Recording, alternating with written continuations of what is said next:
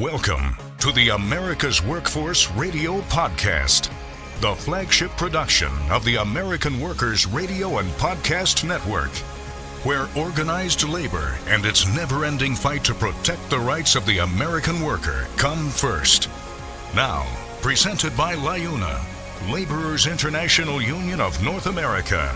Here's your host, Ed Flash Ferenc. Rules to win by: the power and participation in union negotiations. On the show today, how to fight incredible odds in workplace organizing and the sad state of child labor in America. Welcome to the Thursday, March 7th edition of America's Workforce, where we're available on at least 5 platforms, including Apple Podcasts, Google Podcasts, iHeartRadio, Spotify, and Pandora. We have 2 guests on the show today. We're going to start things off with a newcomer by the name of Abby Lawler. Abby is an organizer and labor lawyer based in Seattle. She's currently a legal fellow at the Public Rights Project, and she spent 5 years as a strategic researcher with Unite Here, that would be Local 8, where she provided support to hotel and food service workers in Washington as well as Oregon, all fighting to win their own union contracts. During her time at Unite Here, Abby incorporated successful strategies from union negotiations into local policymaking and community benefits campaigns. So she's a fighter, and she is co-author of a new book called Rules to Win By, and she co-authored this book with labor organizer Jane McAlevey. And I'll tell you, we had Jane on the show. It was some years back. She is one heck of a powerful woman.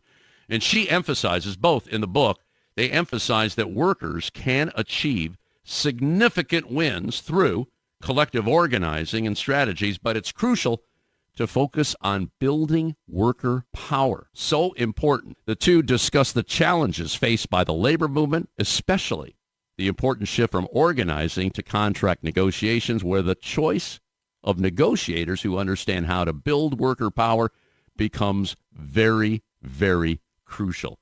We talk on the show so many times.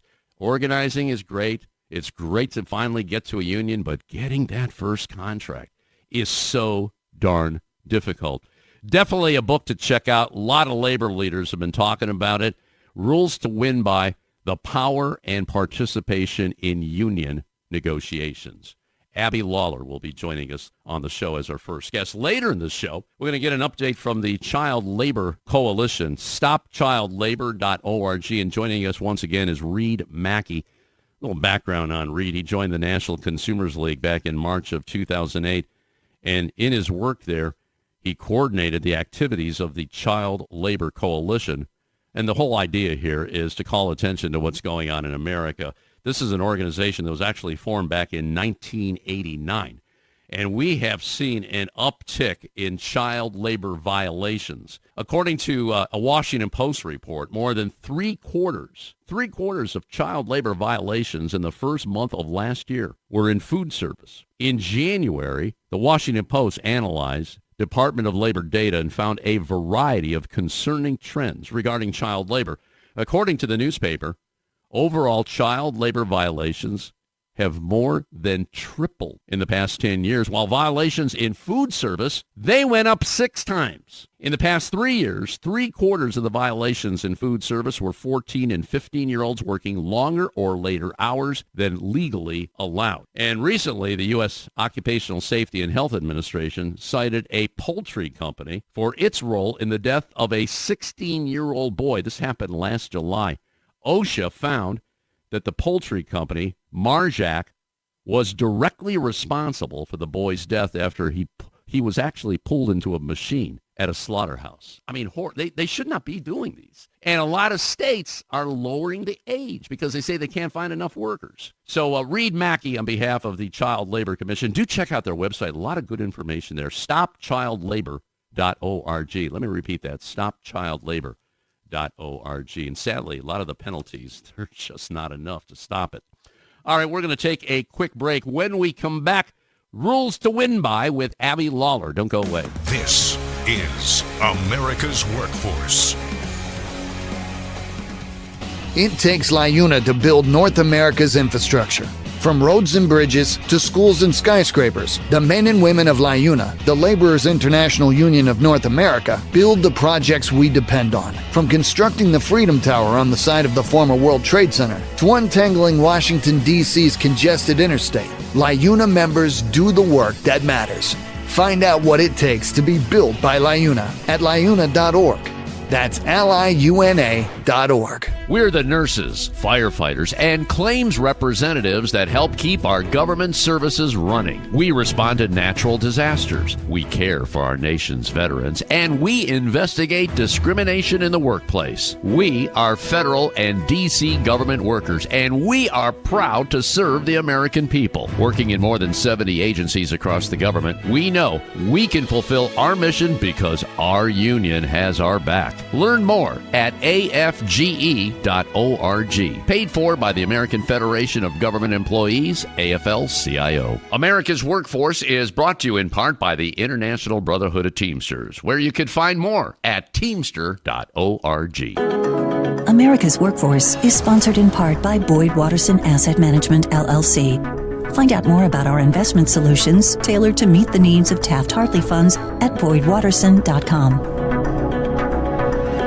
America's Workforce is brought to you in part by the United Auto Workers. Find more at uaw.org. America's Workforce Radio is sponsored in part by the International Union of Painters and Allied Trades, District Council 6, representing painters, glazers, drywall finishers, and sign and display industry workers. They remind you that belonging to a union is your right as an American. America's Workforce is brought to you in part by the International Federation of Professional and Technical Engineers. You could find more at ifpte.org.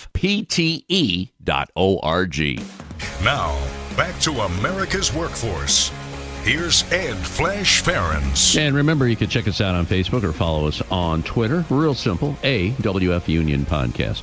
AWF Union Podcast. By the way, this next segment brought to you in part by the United Labor Agency, where you can find more at ulagency.org. Let's go out to the West Coast, the Northwest Coast, I should say, the state of Washington. Joining us on our live line today is Abby Lawler, who is a co-author of a wonderful book, Rules to Win By: Power and Participation in Union Negotiations.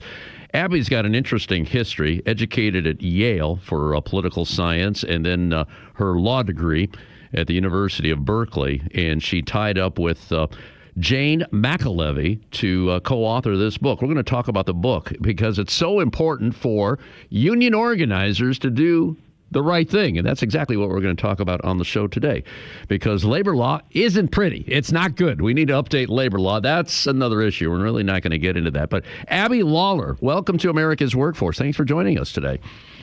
Thanks so much, Ed. It's great to be with you. You know, if you would be so kind, every time I bring a new guest to the show, I'd like to get your personal take on how you got to where you are today. And I was reading your bio, very, very impressive. It sounds like you really got involved in unions and organizing at a young age. Take me back to that time. Did your family participate in unions? Let's start there, Abby. Go ahead.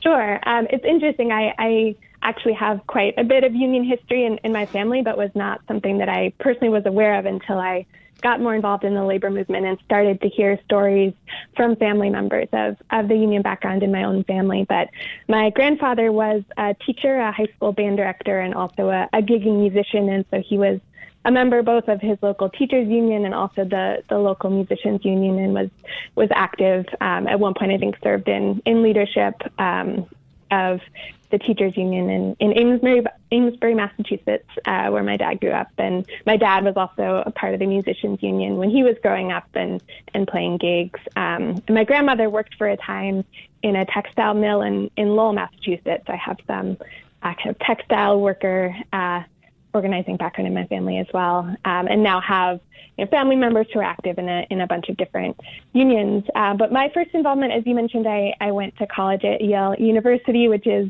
a company town, the company being Yale, and was able to see that the unions, or one union, Unite Here, that represented janitorial and food service workers there, clerical and technical workers and also graduate student workers, was really the only force in that town and in the politics of that town that was holding Yale accountable, was saying, how is it that people are living in poverty in this community where there's a $20 billion institution sitting right in the middle of it and making demands for some of that money to be redistributed. So that was kind of my entry point to the labor movement, seeing that workers and the workers at Yale were really the ones that had an analysis of, okay, what is going wrong here and how do we fix it?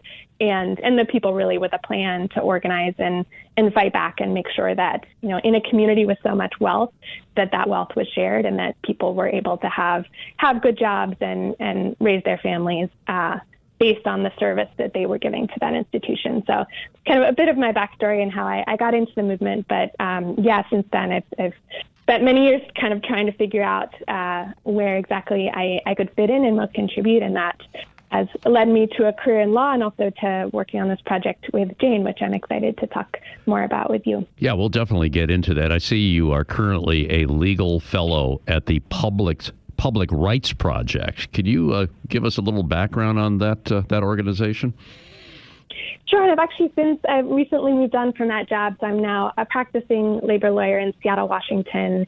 But previously spent about a year doing work on labor standards enforcement with Public Rights Project, which is a really amazing organization that helps to encourage city attorneys, prosecutors, state attorney generals to use their power more aggressively to advance the rights of working people, including by more actively enforcing wage and hour laws, other legislation, secure scheduling laws that workers have fought for and organized to get on the books in the first place. They do work kind of following on to that to make sure that those laws are actually being enforced in a robust and effective way.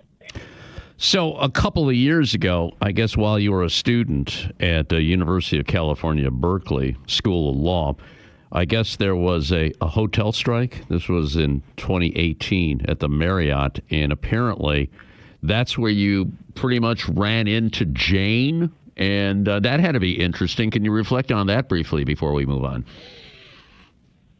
Sure. So most of my career in the labor movement was with Unite Here, the Hotel and Hospitality Workers Union, and folks may remember in 2018 there was a nationwide strike at dozens of Marriott hotels around the country, including in San Francisco. And so I spent a lot of time on the picket line in San Francisco with hotel workers there, had the opportunity to actually sit in on some of those negotiations, which was my first experience of being in big negotiations where there's a committee of hundreds of workers sitting down with the boss, in this case, sitting across the table from Marriott, and doing the really hard work of negotiating a union contract while thousands of workers were out on the street on strike, creating the power and the conditions for them to win a really amazing and transformative contract. So that was an experience that I had in 2018, kind of immediately before deciding to make this career pivot and to go to law school, which is where I had the opportunity to meet Jane, who is an affiliate of the Berkeley Labor Center. So I was at Berkeley and she was as well. And she had the idea of embarking on a project to more seriously study how unions collectively bargain, what's actually going on at the negotiating table, what that looks like, and to also put forward an argument about how unions could be doing it better and could be using negotiations really as an opportunity to build power, to strengthen their internal organization, and to win really transformative demands at the bargaining table. So I just come off of this experience of seeing big negotiations for the first time, seeing what workers were able to win through a really effective strike, and also by making really forward-looking transformative demands at the table. And so was just so excited to then have the opportunity to work with her to kind of document some of these cases, including the Marriott campaign and several others that she had worked on, and also some that neither of us had any direct involvement in, but were able to research and learn from, and to put that together and out in the world in a way that people could read and engage with and learn from as well. Abby, I want to pick on that sometime during the show today, and if you don't mind, because it's important for these independent labor unions. They have yet to secure a first contract. They're doing well on organizing. There's a lot of organizing going on right now, but I want to get into that. And, rules to win by. I mean, that's what this is all about. You want to get the end result to be in your favor as a worker. But I want to go back to that time when you were at Yale, and here you're organizing the hotel workers at Marriott. Wasn't that a bit intimidating? I mean, you're very, very young. You're across the table with some very, very powerful people. How did you feel about that? How did you react to that? You're thinking, oh my gosh, how did I get to this point? Can you take me back to that time?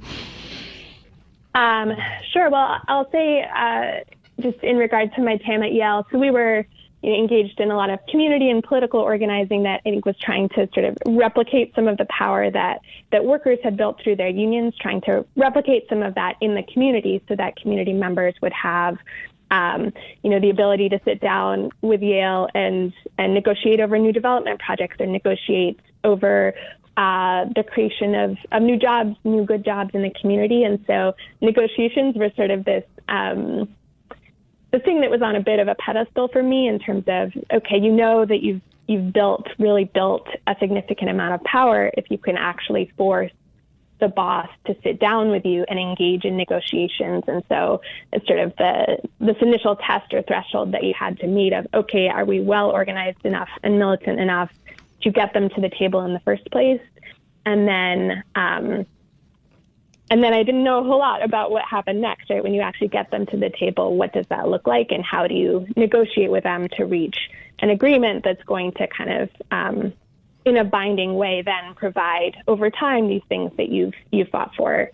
And so when I continued to get more involved in the labor movement, I think I was really interested in understanding that next step of, okay, what happens when you're actually at the table? And so I think it was a really profound and intimidating moment to actually be in the room for some of those negotiations. I think most of all during the Marriott strike, because having been on the strike line and seen the tremendous sacrifices that workers were making to win that contract, just knowing what was at stake in that room was, really, really profound and intimidating. I should say, I myself was not at the table. I was there to support and observe and to learn from the workers who were on the committee and were at the table and, actually engaged in the really hard work of winning that contract. But I think it's, there's a kind of point I want to draw out of your question, which is that I think it is such a profound experience for workers to be in that room and to sit across the table from their boss as equals.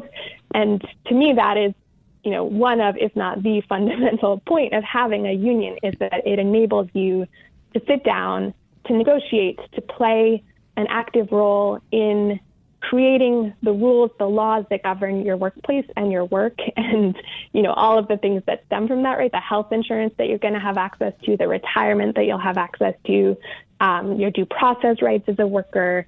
So many things flow from those rules that you're able to play a role in setting for your workplace. And it's a really profound thing to take, one of the sort of most hierarchical, top-down oligarchic spaces in our lives, right, the workplace, and to transform that into something, something hopefully resembling a democracy, but just having the opportunity, right, to sit down as equals and to have a say, such a transformative experience, I think, for anyone. And so really one of the key benefits of this approach to negotiations that we advocate for in the book is that you're allowing many, many more workers to actually have that experience of being in the room, sitting down at that table, being put in the shoes of, a decision maker over your work and your life. And so I would say that was something I personally experienced in being in negotiations for the first time, but it's also something that we argue for through the book that many more folks should have as a core experience of what it is to be a union member and to be involved in the labor movement. Amen to that. You were part of a movement, a good movement, I might add. Abby Lawler joining us on our live line today. She is co-author of the book, Rules to Win By, Power and Participation in Union Negotiations. It's the first of its kind negotiations book written by and for workers, not management. I'll tell you, it's getting great reviews. Got a comment here from Sarah Nelson. Sarah is the international president of the Association of Flight Attendants, which is affiliated with the Communication Workers of America. Sarah said, at a time when union demand is higher than it's been in almost a century, Rules to Win is required reading. This book is armor for the generation of workers poised to gain power worldwide for the working class. I like that. We'll continue the conversation with Abby right after this. You're listening to America's Workforce with Ed Flash Ferenc. It takes LiUNA to power North America with affordable energy. The men and women of LiUNA, the Laborers International Union of North America, have the skills needed to build and maintain oil, natural gas, nuclear, solar, and wind projects that are shaping America's energy future. From new energy tech to retrofitted facilities, LiUNA members do it all. Find out what it takes to be powered by LiUNA at LiUNA.org. That's LiUNA.org. America's Workforce appreciates our sponsor, the Columbus Central Ohio Building and Construction Trades Council, who represents more than 18,000 workers from 19 affiliated local unions and district councils. America's Workforce is brought to you in part by the Iron Workers. You can find more at ironworkers.org. Are you an experienced mechanical insulator looking to take your career to the next level? Insulators Local 50 in Central Ohio has steady work for a number of years. Insulators Local 50 offers a total wage and benefits package that can't be beat. It's not just the competitive wages. Local 50 also provides medical, vision, and dental insurance with no paycheck deductions for you and your family. Don't miss out on the chance to secure your future. Join us at Insulators Local 50. Earn great pay and the best benefits. Visit insulatorsfifty.com/AWF50 to fill out the online form, and a Local 50 representative will call to begin the process. America's Workforce is brought to you in part by the United Steelworkers. You can find more at usw.org. America's Workforce is presented by the Laborers International Union of North America. Feel the power right now at LiUNA.org. Now, back to Ed Flash Ferenc with America's Workforce. And remember, you can check us out on at least 5 platforms. That includes Apple Podcasts, Google Podcasts, iHeartRadio, Spotify, and Pandora. And when you get an opportunity, here's what you do. Just sign up and receive our shows on a regular basis and give us a rating. We always appreciate those 5-star ratings, so please keep them coming. By the way, this next segment brought to you in part by the Ohio Federation of Teachers. You can find more at oh.aft.org. Let's go back to Seattle, Washington. Joining us on our live line today is Abby Lawler, co-author of a great book, Rules to Win By, Power and Participation in Union Negotiations. Abby, I want to cut to the chase here. Apparently, there's a number of case studies, 6 altogether, that are chronicled in this book. And this I guess, is the teachable moment of America's workforce. If you can kind of reflect, let's start off with the Boston hotel workers. I mean, that's a good place to start. You touched on hotel workers in the first segment. But every campaign is a little bit different than another campaign, and you learn a lot from those campaigns, and you try to take what you learned to the other campaigns. So if we can reflect on a few of these in the book, I want people to buy the book. They will buy the book. We could talk about that a little bit later. But let's talk about Boston. Can we start there? Yes, absolutely. And I should say, just in terms of the structure of the book, we have kind of an introductory chapter where we lay out 20 key elements for high participation negotiations. So that's kind of your quick hit how-to for how to implement some of these negotiating techniques that we're laying out in the book. And then, as you said, 6 case studies of unions around the country and negotiating campaigns around the country where workers had bigger, more open, more transparent negotiations and were able to win really transformative demands. So I talked a little bit about being in San Francisco for the Unite Here Marriott strike, which again was a nationwide strike, dozens of hotels, thousands of workers around the country. And in the book, we shift over to the other coast and look at what was going on in Boston in 2018 as hotel workers there also organized and struck really successfully.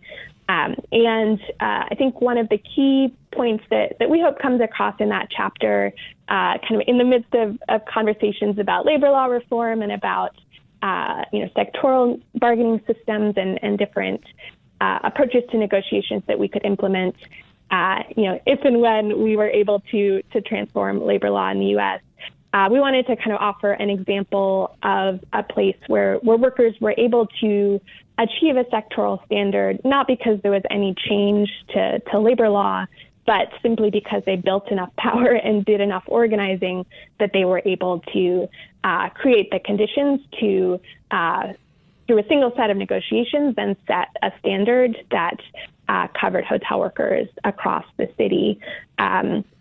And so just to dig into that a little bit more, workers were negotiating with Marriott Hotels, which is the largest hotel company in the world. But there were a number of smaller hotel companies in Boston where workers went to their boss and said, we want to throw in with the Marriott workers. We want our contract to be whatever the contract is that is ultimately agreed to with Marriott, and we're able to execute Me Too agreements that said, okay, whatever contract is negotiated with Marriott, that's going to be the contract for hotels around the city. And because of that, the Marriott negotiations had huge consequences, not just for workers who were directly employed by Marriott, but also for hotel workers at these other companies around the city. And those workers knew that and took that really seriously, and so stepped up and I think just demonstrated incredible solidarity and support for the Marriott workers. Another kind of key structural piece was that workers from those other hotels who, again, were not Marriott employees were represented at the negotiating table and actually served on the negotiating committee. And so they were there in the Marriott negotiations, participating every step of the way, even though that wasn't their employer, because that contract was ultimately going to cover them as well. And so, I think you see in the amazing contract that workers came away with that this was a really effective strategy in terms of, you're more powerful when you have all of the hotel workers in the city united around a common set of demands, but also that there were kind of important choices that they made in how they structured their negotiating committee and who was in the room for negotiations that enabled them to pull off that strategy. I think also some other takeaways I hope people have from that chapter, right, is the importance of lining up contract expirations so that, all of those workers were coming out of contract at the same time and were able to negotiate together. And again, just thinking strategically about, okay, what company makes the most sense to kind of focus your energy at? And in this case, they chose to go after, the biggest, meanest, richest, most powerful company, knowing that if they could beat Marriott, right, that the rest of the hotels in the city would fall in line, and were ultimately incredibly successful in doing that. Good study there. Let's jump to nurses. Nurses have been very vigilant, especially during the pandemic. I mean, they were the heroes, and so many people, too, on the front line, essential workers. You know this all too well, Abby, that they became zeros. They went from heroes to zeros. I mean, they were so essential. They were needed. They were crying for, personal protective gear. They didn't get it. So obviously that kind of started a movement here. And we've seen a couple of short strikes. I know Minnesota nurses, they went on like a 3-day strike. Talk to me about nurses in Massachusetts and Philadelphia. There's a good case study there. Can you reflect on that? Yeah. And I mean, what you're saying about healthcare work, I think is incredibly important. There's 3 different chapters in this book that are about nurses and other healthcare workers, Philadelphia, Massachusetts, and then there's also a chapter about German healthcare workers that takes place very directly against the backdrop of the pandemic. But the Massachusetts nurses is the case study that we have in the book where workers, nurses in that union had kind of a long tradition of practicing open negotiations where any worker could attend negotiation sessions and be present for those. But in the campaign that we feature in the book, in that set of negotiations at a hospital called Bay State Franklin in Franklin County, Massachusetts, nurses made the decision to actually also include community members directly in their negotiations. And so typically in the book, when we talk about open negotiations, we mean negotiations that are open to all of the workers covered by the collective bargaining agreement. We don't necessarily mean open to just anyone who wants to come.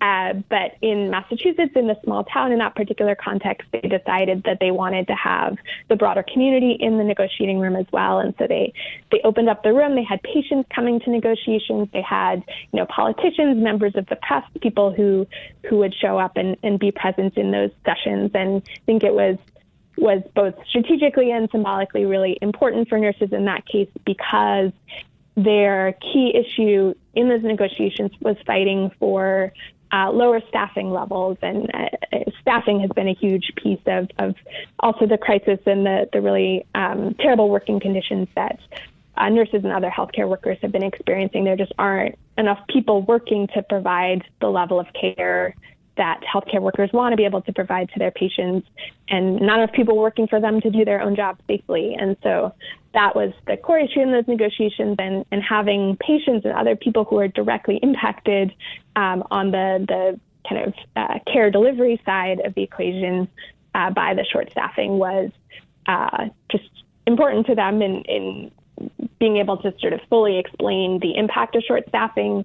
And it was also, I think, an important part of their broader strategy to have public support for them as they went through their negotiations, and to have folks showing up on the picket line for the two strike actions that they held as part of that campaign, and to make sure, this was a rural community. Again, there are not a lot of good paying jobs, and so nurses wanted to kind of make sure that they were bringing the community along with them as they made those demands. And that one nurse I talked to talked about how she was very nervous going in that community members might feel like the nurses were greedy or were asking for too much, which I think we know is not at all the case, but having community members along for the ride and in those negotiations, and really understanding what nurses were going through, I think was an important strategic way of them to build that community support, build those relationships, make sure that the broader community was really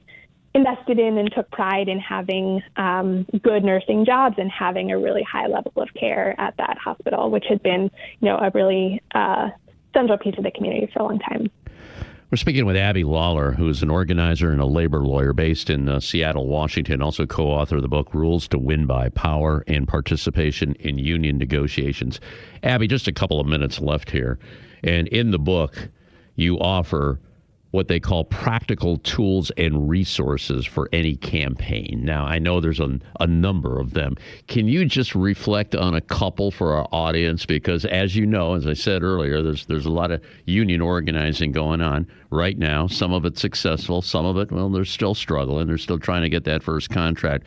But what's the takeaway here? What would you put at the top of the list right now, Abby? Yeah, I'll maybe offer two examples from those 20 key elements that we open the book with. One is sort of an initial first step. This is the thing that I say, should from day one be kind of the first step in building towards higher participation negotiations. And then the other is kind of a practical tool that you can bring to that first day of negotiations that will be really helpful. But I would say the first element to highlight is using your negotiating survey as an organizing tool. I think a lot of unions have a practice of circulating a contract survey before they go into negotiations to figure out, okay, what are the priorities and issues for the next contract? A lot of unions will just kind of release that survey out, maybe get some back, but are not really carefully tracking, okay, who's filled it out, how many people in the bargaining unit have completed the survey, who is actually talking to their coworkers and engaging with them around the survey and the contract. And so what we recommend as kind of the first step in building towards higher participation negotiations is to take that survey process really seriously and as an opportunity to do real organizing and to really be building the organizing structure within the workplace. And so what that means is that you are doing that survey through one-on-one conversations where workers are talking one-on-one with each other as they fill out the survey, and are, not only are you kind of collecting that information that you need to create negotiating proposals, but you are those workers are building a relationship with one another. They're finding out about each other's issues. And, hopefully they're encouraging each other to become more involved in the organizing effort. So having that one-on-one conversation as part of the bargaining survey process is really important. And then tracking very carefully who has filled out the survey and who's collecting surveys, and setting a benchmark where you need supermajority participation on that survey before you move into later stages of the contract campaign is incredibly important to make sure that you're actually building a level of engagement and involvement and participation that you're going to need to be successful once you actually get to the negotiating table in winning those demands that workers are putting forward through the survey. So that's one thing I would highlight. I'm going to sneak in a second, actually, which wasn't in my initial setup, but is that unions should ratify their bargaining demands. So lots of unions will hold ratification votes after they have a tentative agreement and once there's already a deal reached at the negotiating table. But we say in the book that it's great to have a vote at the end. You should start with a vote as well before you even go into negotiations, so that workers have signaled, okay, this is the set of demands that I understand and am behind. And then your negotiating committee has, again, a platform that's been ratified by the broader membership that they're bringing into negotiations.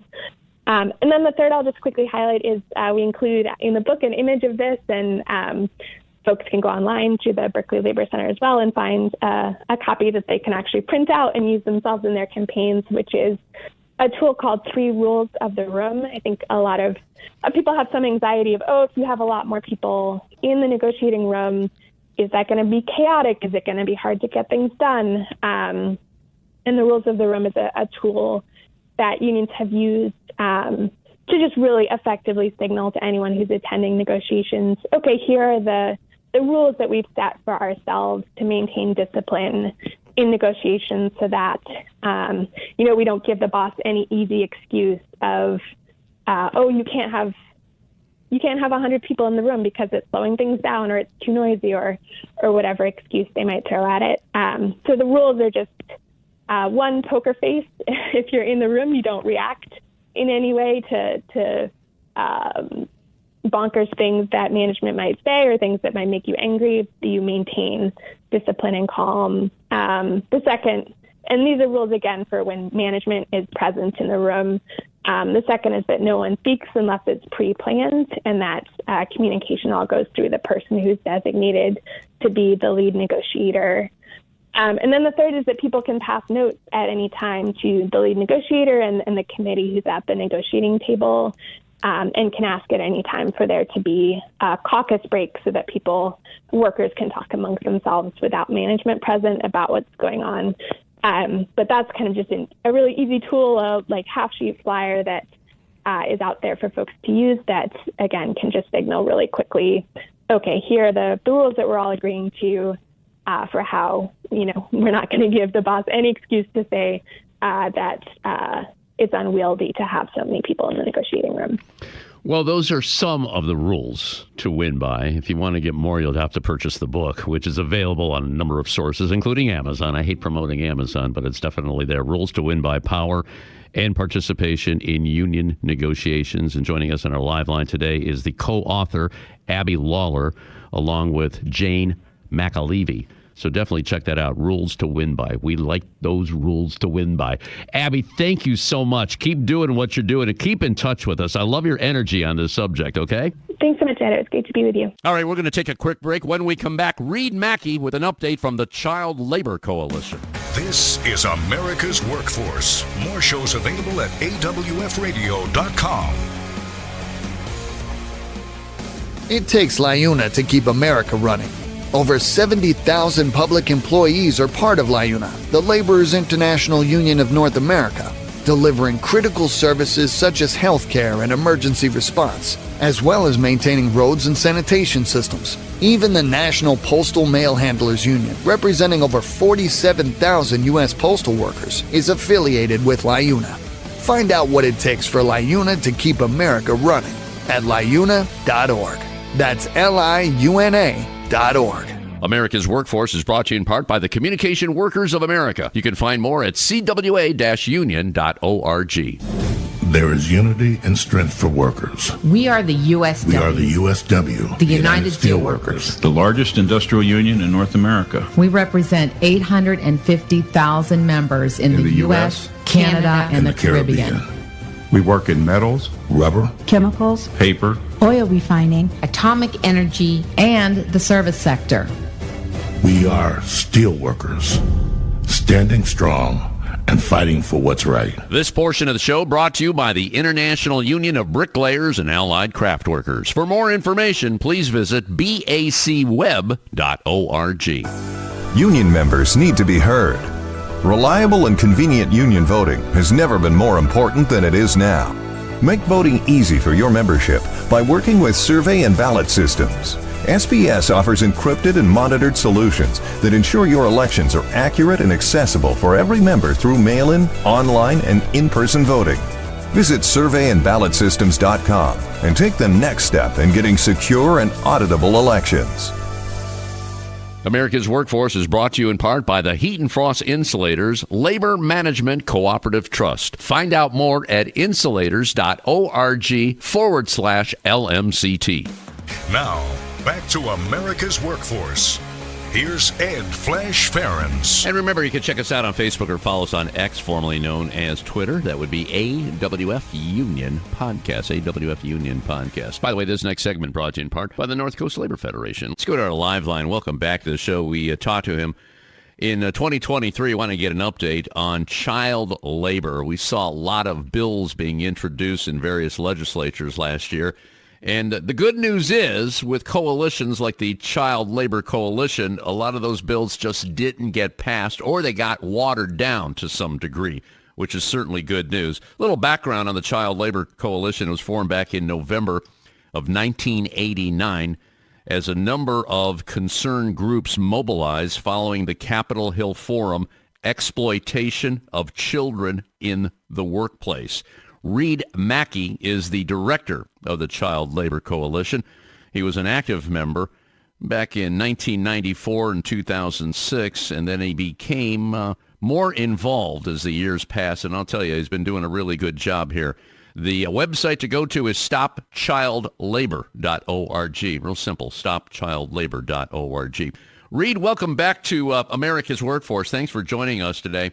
And I recall a really good conversation with you last year on this subject, and I know you've been very, very proactive in a number of states. Why don't you run down 2023? Let's start right there, because there were about, 15, 16 states which got a lot of attention for lowering the age for children to work. And in many cases, we're talking dangerous occupations. So I'll let you pick it up from there. Go ahead. Yeah, there were some really bad bills out there. Not all of them, as you said, got through completely, at the beginning strength that they had.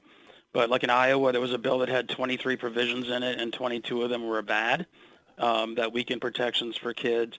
To stuff like allowing them to work in refrigerated coolers, allow them to work in assembly lines, for packaging meat products. Stuff that they can't do now that's dangerous. We have bills in Florida that would let kids work all night long before they go to school. So like they could work the graveyard shift, and they could then go to school.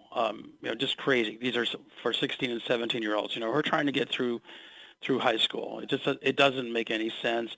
There's another bill in Florida that would let kids work on roofs. We know that 16 people died in Florida in 2021 working on roofs. So why would you let teenagers do this? It's really dangerous. I actually tried to do it myself when I was a young man. And after a couple of days, I realized I'm going to fall off this roof. So I quit. But, not all kids can do that. If they don't have the resources, they can't just quit. So really, really dangerous stuff happening out there. We really are concerned about the weakening. These protections took a very long time to bring about, and we thought that they were kind of commonly understood to be, helpful in protecting kids, but they've been under attack. I saw a story posted on your website about the New York Times that spoke with more than 100 child roofers. You're talking about roofers here, and this was in 24 states, including some who began at elementary school age. That really took my breath away. I mean, come on. I mean, that's really, really scary. I wasn't able to download the entire story because there was a paywall on that. I don't have a subscription to the New York Times, but maybe I would imagine that you delved into that. What can you tell us about what happened there? Well, the Times has done a series of child labor stories in 2023 that were just phenomenal by a reporter named Hannah Dreyer. They're well worth looking up. And, in one of her recent ones, she found that a 14-year-old working in a poultry plant in the eastern shore of Virginia had gotten his arm caught in a conveyor belt. And he was cleaning the plant, and, he shouldn't have been there because it's illegal to work in processing plants when you're a teenager. But his arm got completely mangled, and it's just an example of what kind of bad things can happen. She did find, as you said, that she found over 100 kids working in all kinds of dangerous jobs, including roofing, and it's crazy. In violation of U.S. law. But the problem is we just don't have enough inspectors, to be out there catching all of these violations. And we now know, we saw a lot of kids working in meatpacking. The USDOL found over 100 kids working in meat processing plants, and those kids were working in the graveyard shift. And then trying to go to school. They were cleaning the facilities with caustic chemicals. And, according to the reporting in the Times, these chemicals are so strong that even like a pinprick in your, rubber gloves can cause severe burns. So it's just horrendous Dickensian conditions in some of these plants. Reid, I'm just wondering, has anybody taken a really good look at the kids we're talking about here? Do they come from impoverished families? Do their parents say, "Hey, you got to go out to work because we're not bringing enough money in"? I'm sure there's a lot of stories out there. What have you been able to gather in a lot of the research that's been done here? Well, so in some of the worst jobs that we're talking about, like the roofing jobs and meat packing. The Hyundai supply chain story, where they found kids working in supplier factories in Alabama. A lot of those kids seem to be unaccompanied minors, kids that come across the border, and they are without family, close family members often, and they're desperate for work. They don't have any idea that these jobs are illegal, I think. And, they take the jobs and they're just so vulnerable, they have, and if they're being mistreated, they don't know who to call, they don't know who to talk to, they're not members of a union, they have no protection at all. Mm-hmm. That's really sad. Now, you referenced some of the companies here that did get caught, and there's a lot going on that are not even close to being caught right now, sadly. But the ones that do get caught for hiring, or in some cases exploiting, I think that's a better word, these children, what are the penalties here? It sounds like it's not enough. Yeah, that is one of the major problems here. The fines right now are quite low considering the resources of these companies. The firm, the staffing cleaning company that hired over 100 children to work in 13 meatpacking facilities around the country, when they were caught, they were only fined $1.5 million. And it's just not enough. The company makes over $450 million a year in revenues. So it's basically like 1 day of revenue. And that's just not enough. There are a bunch of bills in Congress that would increase these fines significantly by a factor of 10. So, that's enough, I think, to maybe get their notice a bit more. Mm-hmm. So we're supporting a lot of those bills. They probably feel it's the cost of doing business if the fine is that low, right? They might. They are, when these stories break, there is a huge reputational hit, I think, for these companies. And, PSSI, I think they realized that their whole business model was in danger. And, one of the solutions that they started gravitating towards was unionizing the workers. And that's exactly the solution that we wanted, Right. We want these jobs to be union jobs, where unions exist. There's no child labor, because everybody in the union is, is kind of like a watchdog. Right. And, things get reported, so. Well, let's give some credit to unions for trying to do the best to end child labor. I mean, we're going back well over 100 years here, because when you think back into like the 1830s, 1840s, 50s, that time, I mean, there was all kids working, and that came to an end because of the emergence of unions. Let's get back to the fines here, because I was reading that the Biden administration is looking at a chunk of money here. The last I saw was $100 million, and this would be money that the Labor Department would be used to enforce federal bans on child labor, exploitive child labor. What do we know about that right now, Reid? Yeah, well, we think that is a really important piece of the solution here. The $100 million, about half of that would go to hiring enforcement agents. You know, the DOL only has it has less than 800 inspectors for the entire country. You know, when you look at 50 states, that's just not enough. We think that number needs to be doubled in the next 5 years. And, it's just a question of, more resources. The other $50 million and that $100 million supplemental would go to litigating these cases, because they are very expensive cases to prosecute. And so that $100 million, we think, would really go a long way to stopping some of these abuses that we've been seeing the last year or two. I'm just wondering how we compare with the world. And I saw this posted on your website. Again, we're speaking with Reid Maki. Reid is the director of the Child Labor Coalition. StopChildLabor.org is their website. And there's some facts about what's going on in the world. Worldwide, 218 million children between the ages of 5 and 17 are in employment, and 152 million. I mean, that's significant. 152 million of that 218 are, in fact, victims of child labor. Almost half of them, 73 million, work in hazardous child labor. It seems to me that, and now think about the status of corporations today. They're pretty much global, these big companies. It seems like, well, if we can do it in other countries, we can do it in the United States. Do you feel that that's part of their MO going forward? It's hard to say how much of this is an unintentional strategy by the big companies. They claim that it wasn't intentional, but clearly they're not taking the steps to protect their workers. They're not monitoring who's going into these factories. It's really hard to believe that the companies that own the meatpacking facilities where those kids are working the graveyard shift, it's hard to believe that nobody reported it to management. Yeah. They saw some of these kids were 13 years old. They looked really young. Their protective equipment they wore was draped over them, very loosely, because they hadn't grown enough to really wear it. So, they've got to do a lot better. You're right. The international problem, it's huge. There's about basically 1 in 10 kids is in child labor. And, just for the public, it's a little confusing, but basically, child labor is child work that hurts the kid.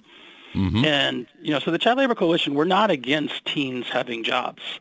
We just think that those jobs need to be, limited in the number of hours the kids work so that their education isn't damaged. And they can't be dangerous jobs. The kids need to be protected. Yeah. Well, especially elementary kids in the roofing industry. No, I mean, we got to draw the line there. That's ridiculous here. One more question before you go, and I appreciate you joining us here on America's Workforce. You are part of the National Consumers League, and I know you joined the Consumers League back in, March of 2008. How long have you been director of the Child Labor Coalition? And this is a two-part question here. Do you have enough resources there to do your job? Well, yeah, I've been the director since I started in 2008, but we definitely need more resources. We do try to leverage the resources of our 37 members, organizational members, but we could definitely use some more staff to do this important work. All right, let's drive everybody to the website, StopChildLabor.org, StopChildLabor.org. Well, Reid, please keep in touch with us, and we'll keep our eye on the legislatures here in this year and beyond, because this is ridiculous stuff, really ridiculous stuff. Take care, my brother, and let's talk down the road, okay? Sounds great. Thank you. And that'll be it for another edition of America's Workforce. Coming up tomorrow, the latest from the Blue-Green Alliance and Andrew Strom on an update regarding independent contracting. Until then, all of you, have a safe and wonderful day. That concludes another episode of the America's Workforce Radio Podcast. Thanks for listening, and be sure to subscribe so you never miss a show. America's Workforce is a production of Labor Tools and BMA Media Group. Find out more information online at labortools.com.